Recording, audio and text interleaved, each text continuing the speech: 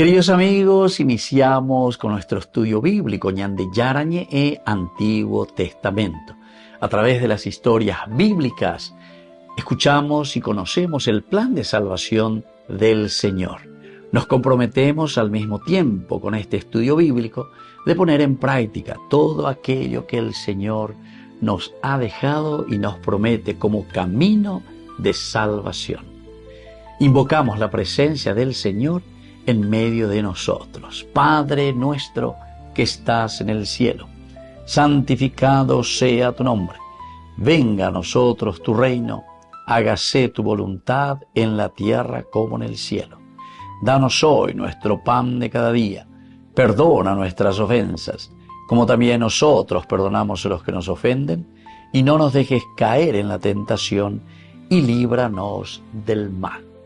Iniciamos de esta manera nuestro programa Ñande Yarañe e Antiguo Testamento. Bienvenidos a Ñande Yarañe, un espacio de reflexión donde compartimos con el Padre Víctor Luis Cabañas sus conocimientos sobre el Antiguo y Nuevo Testamento. Este programa cuenta con el apoyo de la Fundación Santa Librada. Comercial San Cayetano patrocina este espacio de evangelización.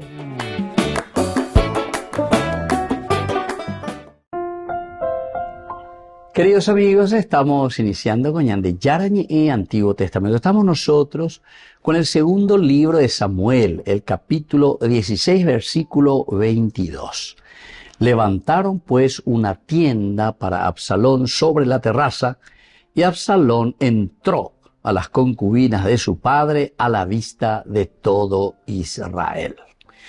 Queridos amigos, este es el versículo 22 dentro de nuestro contexto narrativo bíblico histórico. Este versículo muestra la ejecución directa ya del consejo de Agitofel, cerrando así el proceso de ruptura iniciado en los versículos anteriores.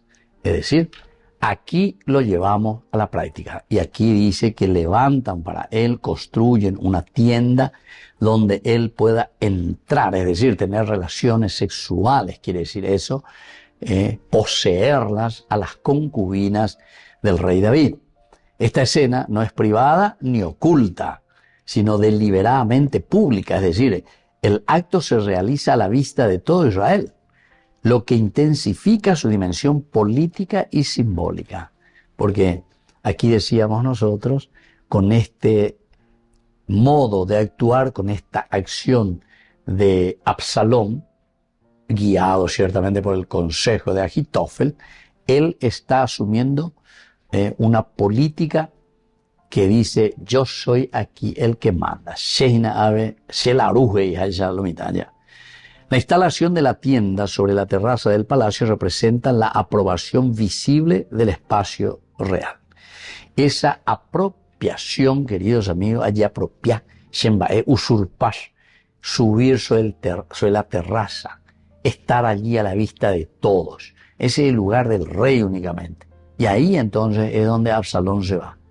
Es decir, yo soy ahora el rey, y más aún, le traigo a todo el harén aquí conmigo y les muestro que yo soy el que me he apropiado de este espacio. En hebreo implícito la idea levantaron una tienda, ogel se dice, el ogel es la tienda, no solo designa una estructura física, sino que un espacio de autoridad y presencia, el ogel, la tienda. No significa simplemente, decíamos, un espacio físico, ahí está esa tienda, sino que sobre todo el ogel significa aquí el que manda, el que tiene autoridad. Por lo tanto, es su presencia en cuanto a autoridad. Este texto construye así una inversión completa del orden davídico. El lugar del rey ahora es ocupado por el usurpador. En cuanto que David era el que ocupaba ese espacio, ahora el usurpador es el que ocupa ese espacio. Por lo tanto, si vamos a mirar de un aspecto histórico, este tipo de acciones tenía un fuerte valor en el antiguo cercano oriente. Tomar las concubinas del rey derrotado era un gesto público de legitimación del nuevo poder. Está legitimando, soy yo el rey. Tienen que usted estar ya seguro de que soy yo. Legítimamente yo soy el rey porque aquí le tengo a las concubinas que están ya en mi poder. Equivale esto al nuevo poder, a la declaración de transferencia de soberanía. Hay una transferencia de David a Absalón, a su hijo. No se trata de un acto meramente personal, sino de una proclamación política dentro de una guerra civil en curso. Es decir, no es ese famoso, ya digo, guerra Harbia lleva como trofeo. Por ejemplo, nos cuentan, ¿verdad?, la historia, y esto nos tienen que decir mejor los historiadores, sobre 1870, sobre todo lo que más cuentan es, por ejemplo, lo de Piribebuy, cómo las mujeres fueron ultrajadas, etc. Bueno, y en todas partes. Siempre como un botín de guerra, ¿verdad? Pero aquí no es eso. Aquí no es simplemente un ultrajar a las mujeres como botín de guerra, sino que aquí luego es apoderarse y continuar allí con ellas, pero ahora como posesión mía. Entonces el otro es totalmente humillado y se está diciendo de Abende Coiban Bella, es donde David. Ahora es Absalón el que se pone al frente del gobierno. Y por lo tanto el relato se sitúa en un momento de máxima fractura del reino de Israel, donde las estructuras de autoridad, familia y legitimidad están siendo redefinidas mediante acciones irreversibles.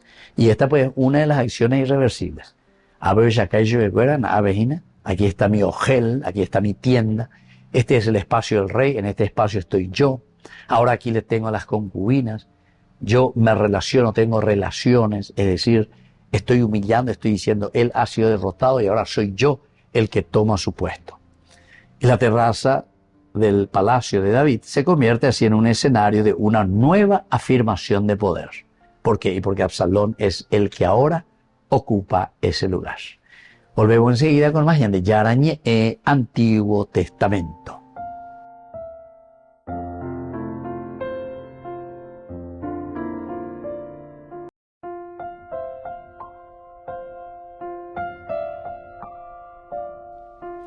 Queridos amigos, seguimos con Yande Yarañe Antiguo Testamento. Estamos nosotros con el segundo libro de Samuel, capítulo 16, versículo 23. El consejo que daba Ahitofel en aquellos días era como si se consultara la palabra de Dios. Así era todo el consejo de Ahitofel, tanto para David como para Absalón.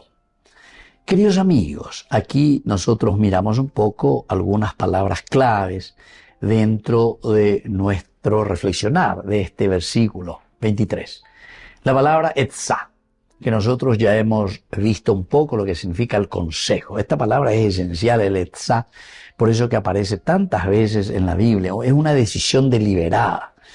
Esto significa un consejo, un plan, una estrategia. A ver, Ahitofel ome formalina, porque él es el que está al frente y dice que su consejo, lo que y entonces era considerado como si fuese palabra de Dios. El versículo subraya que el consejo no es solo opinión, sino que es herramienta estructural de gobierno. Atención, por eso que etzá es muy importante. No es simplemente un instrumento. El consejo es una herramienta estructural de gobierno. Estructural. O sea que todo consejo es importante dentro de una estructura de gobierno. Todo consejo, todo consejero. Ya digo, este tío y ya con la consejero y te pudo mía, ya se estado mía. Bueno, vea otra cosa, no tiene nada que ver con esto, no anda de consejero. Pero aquí justamente el consejo, como el autor sagrado nos dice, se trabaja en comunidad. La comunidad que verdaderamente tiene que encauzar, ¿verdad? La comunidad que tiene que reflexionar. No era solamente una opinión. No es solamente una opinión. Yo opino que. Sino que aquí, verdaderamente entonces, para estar como consejero, tiene que ser una persona que conoce del tema.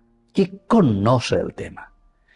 No puede ser un fulano de tal que no conoce nada del tema y se le pone encargado, no sé, de los satélites, ¿entiendes?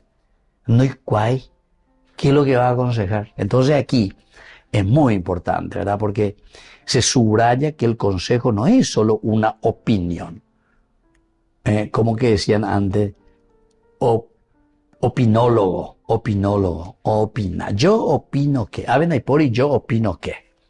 Cuando vos decís, este puente se tiene que construir de esta manera. La estructura de este puente tiene que ser así. Hablando y estructura bajo atalaya de puente. Yo opino que se podría poner tal cosa. No. A ver, yo opino es a patalan de puente, ¿entendiste? Entonces es interesante, ¿verdad? Aquí hay no opinión, sino que herramienta. Esta es una herramienta. Ajitófel entonces es una herramienta esencial. Y los otros también. Husay, que estaba aquí también y que estaba entrando, ciertamente él no puede ser tampoco opinólogo, ¿verdad? Sino que tiene que venir, solamente que él viene con otra intención. Pero siempre también estuvo con David como el que aconsejaba. Ahora, en este caso, la etzá de Ajitófel posee tal peso que se equipara funcionalmente a una autoridad casi divina en la percepción del pueblo. Se equipara funcionalmente a una autoridad casi divina en la percepción del pueblo. Entonces percepción del pueblo. Entonces está mirando y dice, no, este no es un opinólogo. Hoy cuál hay materia, hoy cuál hay ella. Entonces, ¿por qué? Y porque es ducho. Por eso yo suelo decir, nosotros en cuestión de la Biblia también tenemos talla de cola opinólogo de aquí para allá. Pero oye, como si fuese luego nombre la máxima autoridad, ¿verdad? Entonces, mucha atención. Ya que diga tu ¿verdad? Hacia dónde camina, opinólogo. Yo opino que yo tal cosa. Porque después nos vamos hacia cualquier parte o a Palayan de Puente. Hay otra palabra clave, queridos amigos, es nasá. Nasá quiere decir elevar, sostener, cargar con autoridad. Nasá, en hebreo, nasá. Este verbo, ser consultado, quiere decir. Consultado, pero nada más y nada menos que como palabra de Dios. Levantar, sostener para algo, entonces se está consultando, ¿verdad? El consejo de Ajitófel es elevado por la comunidad a nivel de referencia absoluta. Aquí hay una referencia absoluta. El texto muestra cómo la autoridad humana puede ser sostenida socialmente hasta adquirir un carácter casi sagrado. Es decir, es la comunidad la que entiende. La comunidad tampoco no es una comunidad sin capacidad reflexiva, no. Ante la certeza, no de una opinión, decíamos, sino que de una seguridad. Entonces la comunidad mira y ahí dice, bueno, tiene razón. Esto es una cuestión que nosotros le damos esa autoridad. Y por eso es casi como una cuestión sagrada que está dando la comunidad a esa decisión del consejero. Sin embargo, esta elevación también anticipa la fragilidad. Siempre igual estamos ante una fragilidad, porque la sabiduría, cuando no está anclada en la verdad divina y es simplemente una opinión, ahí viene el problema. No estamos diciendo que la razón no tenga que ser utilizada, pero la razón mirada desde un aspecto también que Ajitófel justamente hoy ya de lado, que es el aspecto moral. Dejó de lado el aspecto moral. Y entonces no le interesaba. Elogien en la terraza, traigan aquí a las concubinas y luego desvélenlo. Es decir, aquí le van a dejar opio verás en derecho, ven. Entonces, el aspecto moral tiene que entrar en esto también cuando hay una decisión dentro de una sabiduría que construye y no que destruye. Volvemos enseguida con más de Yarañi, Antiguo Testamento.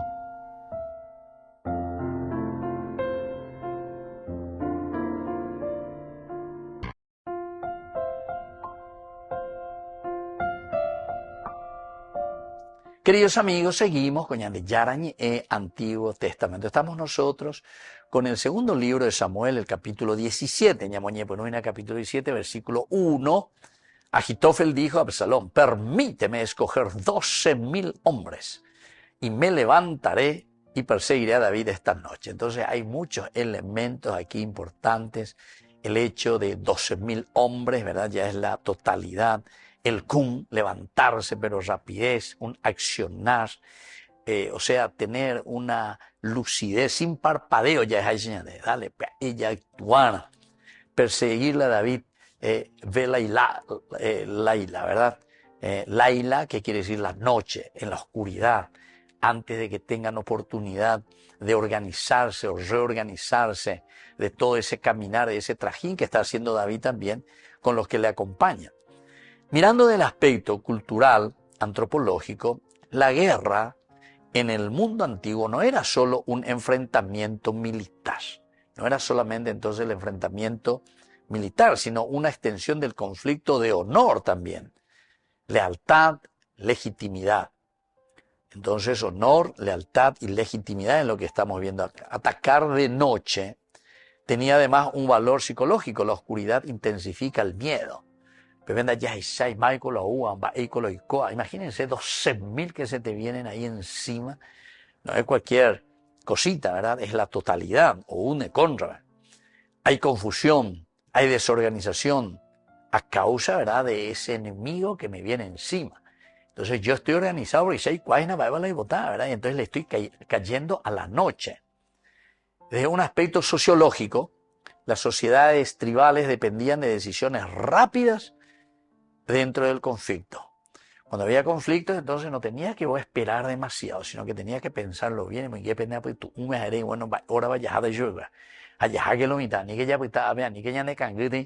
Tenemos que caer de sorpresa. El famoso Laila, ¿verdad? La noche. Ser rápidos.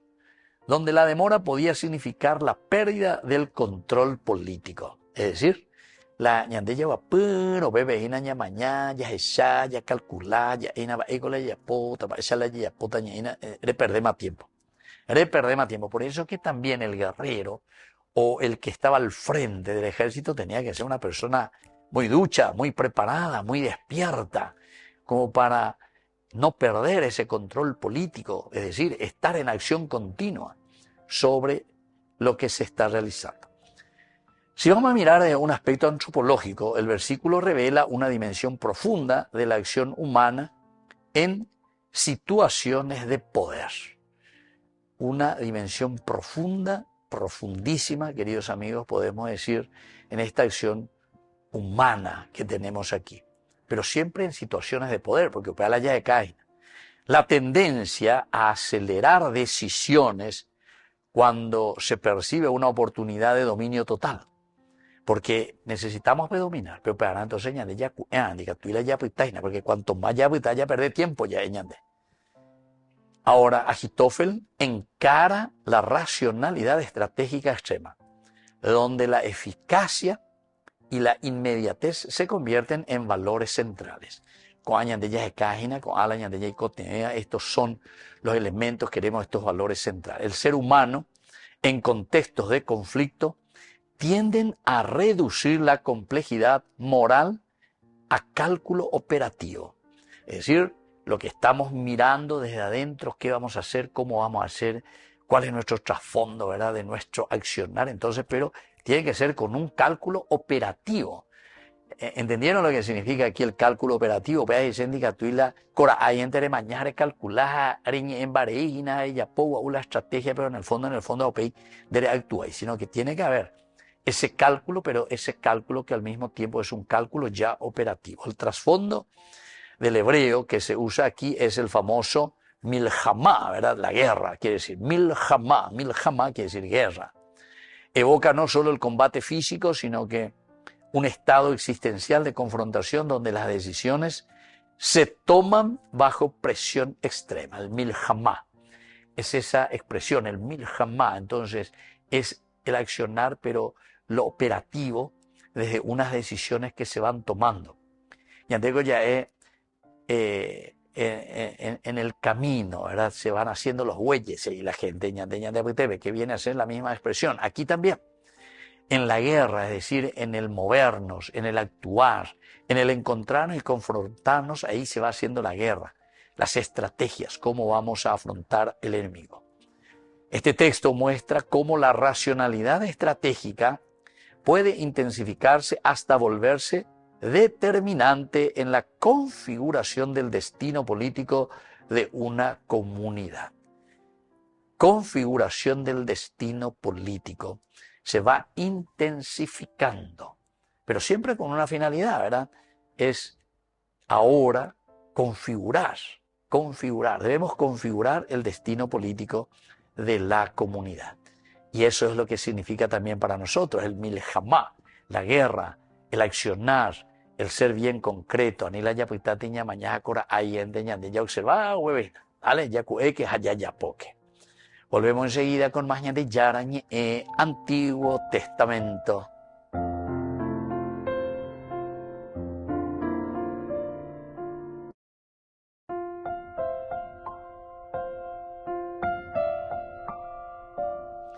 Queridos amigos, seguimos con Yande Yarañe Antiguo Testamento. Estamos con el segundo libro de Samuel, capítulo 17, el versículo 2.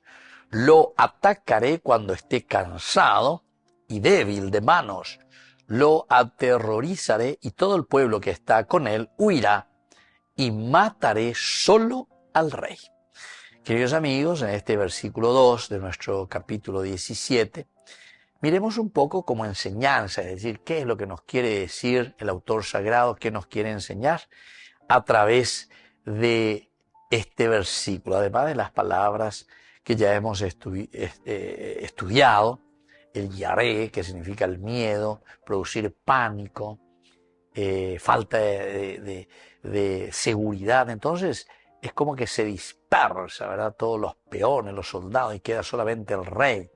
El jaque mate directamente. Eso es lo que está queriendo en su idea realizar aquí Ahitofel. La primera enseñanza que encontramos es que las guerras antiguas se decidían tanto por estrategia como por impacto psicológico. Aquí estamos apuntando al impacto psicológico. Hay entonces esa estrategia de guerra, esa estrategia de muerte, tal vez también porque es una guerra interna, ¿verdad? Porque si estoy matando, ¿a quién estoy matando? Y estoy matando a mi propia gente. Estoy matando incluso a aquellos que estuvieron siempre con mi padre. Aquellos que estuvieron siempre, en este caso, siendo los colaboradores de mi padre. O mejor dicho, de mi pueblo. Porque ellos son, al final de cuentas, son los que le están defendiendo a David. Y ellos pertenecen a la misma tribu, pertenecen a Israel. Es una guerra interna. Es aquí un golpe muy duro entonces.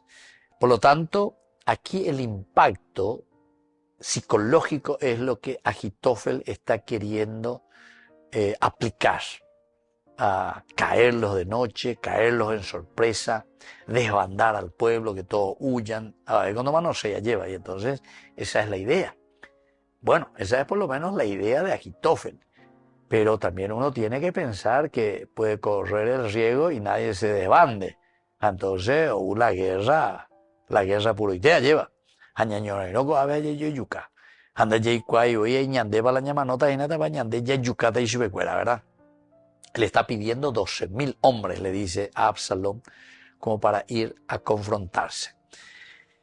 Una segunda enseñanza, el miedo colectivo puede desintegrar estructuras sociales sin necesidad de combate total. Aquí entonces estamos procurando reflexionar sobre lo que significa esa desintegración a causa del miedo. El miedo, dice colectivo.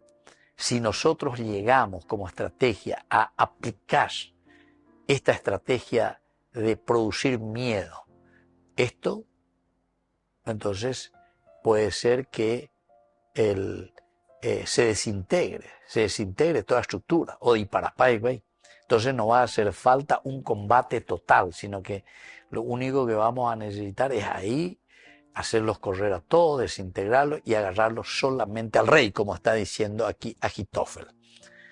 Una tercera enseñanza es que el líder es símbolo de cohesión en las sociedades tribales y su caída genera crisis estructural. Crisis de estructura es lo que genera cuando hay un desbande. Y solamente va a quedar el rey, pero justamente nuestra idea es eso para poder matarle. Eso sí, al rey tenemos que matarlo. O sea que es bastante bien pensado. Tenemos que desintegrar también porque el rey, el líder, es símbolo de esa cohesión y de esa unidad.